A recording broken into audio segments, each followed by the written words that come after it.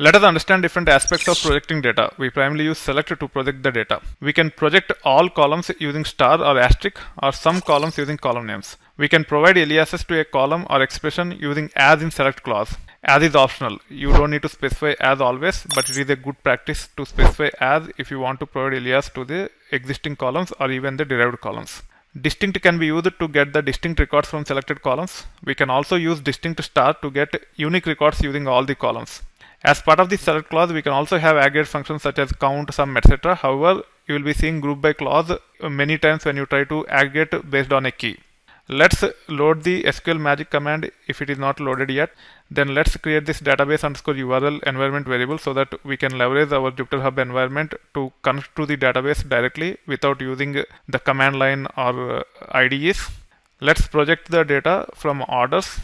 Here I just want to see 10 records. I don't want to see all 68,883 records. That's why I have limit 10. If you just say select star from orders, it will try to get all 68,883 records from the table orders. In this case, you can see that orders have 4 fields. Data from all the 4 fields is projected here. If you want to get the column names, there is a information schema, a table called as columns. You should be able to run a query against that table or view, and you should be able to get all the columns from the table. Now let's run this, and you can actually see the columns here.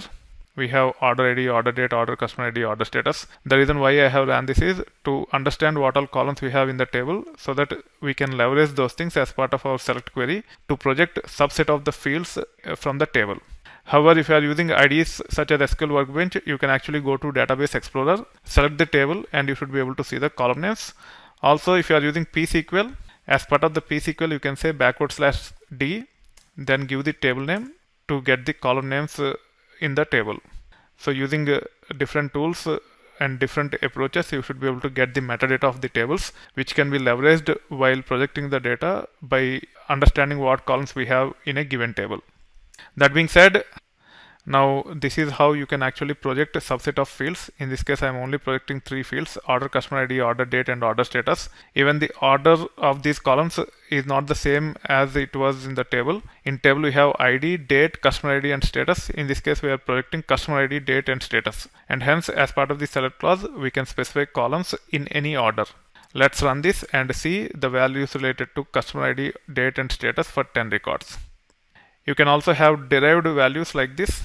In this case, I am getting order customer ID and then year and month part of the order date and order status. You should be able to see the results here. You can see that the month part here. However, if you look at the column name, it is saying to_char, which is a bit cryptic.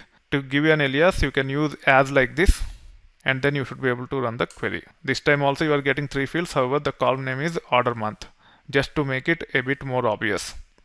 You can also use distinct to get all distinct months from the table on top of this derived value or derived values from the existing values. You can see there are 13 records. We have 1 year worth of data here starting from 2013 July till 2014 July, which means we have 13 months data, and that's why you see 13 rows here. You can also use functions such as count as part of select clause. It will give us the count of records from the table. You can see there are 68,883 records. You can also use distinct as part of the count to get the distinct number of records. In this case, we are trying to get a distinct number of months here, and you can run this. It will return 13. This is how you can project the data from columns or derived columns from a given table using select clause.